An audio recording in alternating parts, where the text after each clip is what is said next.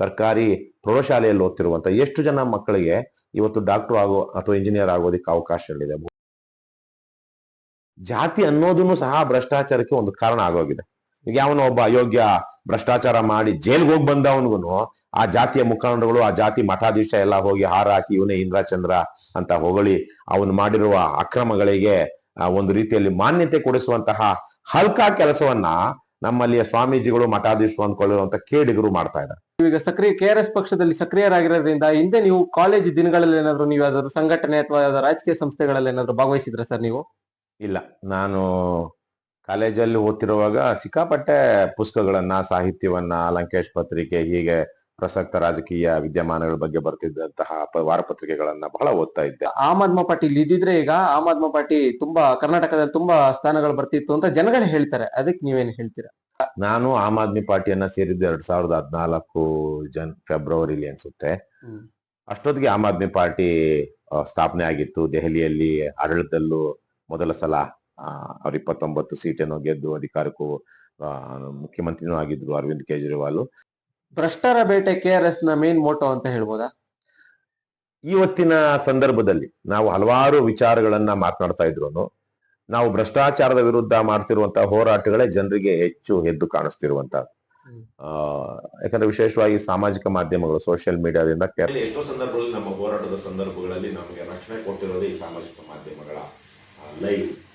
ನಾವು ಯಾವುದೋ ಒಂದು ವಿಚಾರವನ್ನು ಲೈವ್ ಮಾಡ್ತೀವಿ ಅಂತ ಗೊತ್ತಾದ ತಕ್ಷಣ ಆಚೆ ಇರೋನು ನಮ್ಮ ಮೇಲೆ ಹಲ್ಲೆ ಮಾಡೋದಕ್ಕೆ ಬಂದ್ರು ಅವನು ಅಲರ್ಟ್ ಆಗ್ಬಿಡ್ತಾನೆ. ಯಾಕಂದ್ರೆ ಜನ ನೋಡ್ತಿದ್ದಾರೆ, ನನ್ನ ತಪ್ಪು ಅಂತ ಗೊತ್ತಾಗುತ್ತೆ, ನಾನೇ ತಪ್ಪಿತಸ್ಥ ಆಗ್ಬೇಕಾಗುತ್ತೆ. ಬಹುತೇಕವಾಗಿ ಜನ ನಾವು ಭ್ರಷ್ಟಾಚಾರದ ವಿರುದ್ಧ ಹೋರಾಡ್ತಿದ್ರಿಂದ ಇವ್ರನ್ನು ಆಮ್ ಆದ್ಮಿ ಪಾರ್ಟಿನೇ ಅಂತ ಅಂದ್ಕೊಂಡಿದ್ರು. ಆಮೇಲೆ ನಾನು ಆಮ್ ಆದ್ಮಿ ಪಾರ್ಟಿ ಸೇರ್ಕೊಂಡ್ಮೇಲೆ ಒಂದಷ್ಟು ಪಕ್ಷದ ಸ್ಥಳೀಯ ಚಟುವಟಿಕೆಗಳಲ್ಲಿ ಬಿರುಸು ಬಂತು. ನಾನು ಅಮೆರಿಕದಲ್ಲಿ ಏನ್ ಕೆಲಸಕ್ಕೆ ರಿಸೈನ್ ಮಾಡಿ ಬರ್ಲಿಲ್ಲ.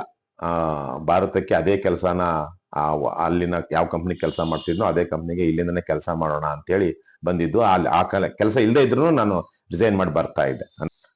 ಸರ್, KRS ಕರ್ನಾಟಕ ರಾಷ್ಟ್ರ ಸಮಿತಿ ಹೆಸರು ಇಡೋದಕ್ಕೆ ಏನು ಕಾರಣ ಸರ್? ಆದ್ರೆ ಚುನಾವಣಾ ಆಯೋಗ ಅಲ್ಲೊಂದಷ್ಟು ಭ್ರಷ್ಟಾಚಾರ ಇದೆ ದೆಹಲಿಯಲ್ಲಿ. ಒಳಗಡೆ ಹೋಗೋದಕ್ಕೂ, ಅಧಿಕಾರಿಗಳನ್ನ ಭೇಟಿ ಮಾಡೋದಕ್ಕೂ ಅಲ್ಲಿ ನಾವು ಒಂದ್ಸಲ ಹೋಗಿದ್ದಾಗ 2019ರಲ್ಲಿ ಅಲ್ಲಿಯ ರಿಸೆಪ್ಷನ್ ಅಲ್ಲಿ ನಮ್ಮಿಂದ ದುಡ್ಡು ಎಕ್ಸ್ಪೆಕ್ಟ್ ಮಾಡ್ತಾ ಇದ್ರು. ಸರ್, ಈಗ ಸಮಾಜ ಸುಧಾರಣೆಗೆ ಅಂತ ತುಂಬಾ ಪಕ್ಷಗಳು ಒಂದೊಂದು ಸಿದ್ಧಾಂತಗಳನ್ನ ಇಟ್ಕೊಂಡಿದೆ. ಒಂದು ರೈತರ ಪರ ಅಂತ ಇಟ್ಕೊಂಡಿದ್ದಾರೆ, ಇನ್ನೊಂದು ಗ್ಯಾರಂಟಿಗಳ ಬೇಸ್ ಮೇಲೆ ಇಟ್ಕೊಂಡಿದೆ. ನಿಮ್ಮ ಪಕ್ಷ ಯಾವ್ದ್ರ ಮೇಲೆ ನಡೀತಾ ಇದೆ ಸರ್?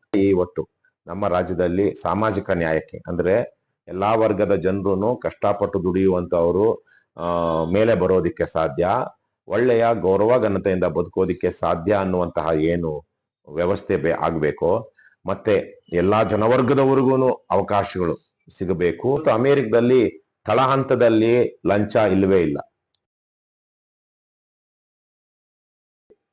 ಭ್ರಷ್ಟಾಚಾರ 30-40 ವರ್ಷಗಳ ಹಿಂದೆ ಈ ಮಟ್ಟಕ್ಕೆ ಇರಲಿಲ್ಲ, ಇವತ್ತು ಅತಿಯಾಗಿದೆ.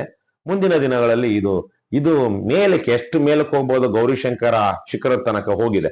ಇನ್ನು ಮೇಲೆ ಹತ್ತದ ಮೇಲೆ ಕೆಳಗೆ ಇಳಿಲೇಬೇಕು. ಅಲ್ಲಿ ನಿಮ್ಗೆ ಗೊತ್ತಿರ್ಬೋದು, ಮೌಂಟ್ ಎವರೆಸ್ಟ್ ಮೇಲೆ ಹತ್ತದಾಗ ಜಾಸ್ತಿ ಹೊತ್ತು ಅಲ್ಲಿದ್ದು ಉಸಿರಾಡೋದಕ್ಕಾಗೋದಿಲ್ಲ. ಇಲ್ಲ ಆಕ್ಸಿಜನ್ ಇಟ್ಕೊಂಡಿರ್ಬೇಕು. ನಾವು ಆಕ್ಸಿಜನ್ ಸಿಲಿಂಡರ್ ಇಟ್ಕೊಂಡಿರೋ ಮಾತ್ರ ಉಸಿರಾಡೋದಕ್ಕೆ ಸಾಧ್ಯ ಆಗುತ್ತೆ. ಸೋಷಿಯಲ್ ಮೀಡಿಯಾನ ಟಾರ್ಗೆಟ್ ಮಾಡಿ ನೀವು ಯೂತ್ಸ್ ನ ರೀಚ್ ಮಾಡಕ್ಕೆ ಟ್ರೈ ಮಾಡ್ತಾ ಇದ್ದೀರಾ? ಹೌದು, ಈಗ JDS ಪಕ್ಷ is nothing but Deve Gowda and family enterprises ಅಲ್ವಾ. ಕಾಂಗ್ರೆಸ್ ಬಹುತೇಕವಾಗಿ Sonia Gandhi and family enterprises.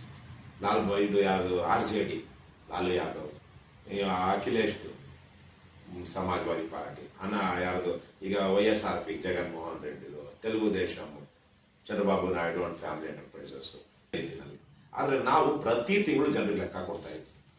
KRS party balance sheet ಅಂತ ನೀವು ಫೇಸ್ಬುಕ್ ಅಲ್ಲಿ ಸರ್ಚ್ ಮಾಡಿದ್ರೆ ನಮ್ಮ ಹಿಂದಿನ ಸುಮಾರು 2-3 ವರ್ಷಗಳ ಪಕ್ಷದ ಪ್ರತಿ ತಿಂಗಳ ಲೆಕ್ಕ ನಿಮಗೆ ಸಿಗುತ್ತೆ. ಇದ್ರ ಜೊತೆಗೆ ಪ್ರತಿಯೊಬ್ಬ ಪ್ರಭಾವಿ ನಾಯಕರು ಅಂತ ಹೇಳ್ತಾರೆ, ಅವ್ರಿಗೆಲ್ಲ ಪ್ರತಿಯೊಂದು ಭದ್ರಕೋಟೆ ಅಂತ ಇರುತ್ತೆ. ಈಗ ನೀವು ರಾಜ್ಯಾಧ್ಯಕ್ಷರಾಗಿ ನಿಮ್ಗೆ ಆತರ ಯಾವ್ದಾದ್ರು ಭದ್ರಕೋಟೆ ಅಂತ ಯಾವ್ದಾದ್ರು ಕ್ಷೇತ್ರ ಇಲ್ಲ ಯಾವ್ದಾದ್ರು? ಇಡೀ ರಾಜ್ಯವೇ ನಮ್ಮ ಭದ್ರಕೋಟೆ.